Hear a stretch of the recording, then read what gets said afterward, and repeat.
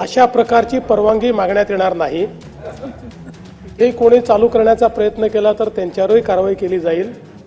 पण अध्यक्ष महोदय, आपण हुक्का पार्लरचं वाढतं प्रस्ताव पाहता 2018 साली हुक्का पार्लरवर बंदी आणली, कायदा आपण केला।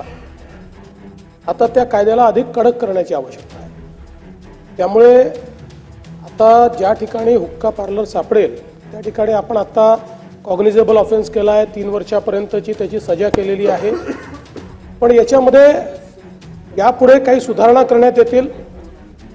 दुसऱ्यांदा जर ऑफेन्स त्या ठिकाणी सापडला तर 6 महिन्याकरता त्या उपहारगृहाचं किंवा ते जे रेस्टॉरंट आहे त्याचा परवाना रद्द करण्यात येईल आणि तिसऱ्यांदा जर सापडला तर परमनंट रद्द करण्यात येईल आणि तिसऱ्या ऑफेन्स करता त्या ठिकाणी जी सजा आहे ती नॉन बेलेबल कॅटेगरीमध्ये टाकण्यात येईल।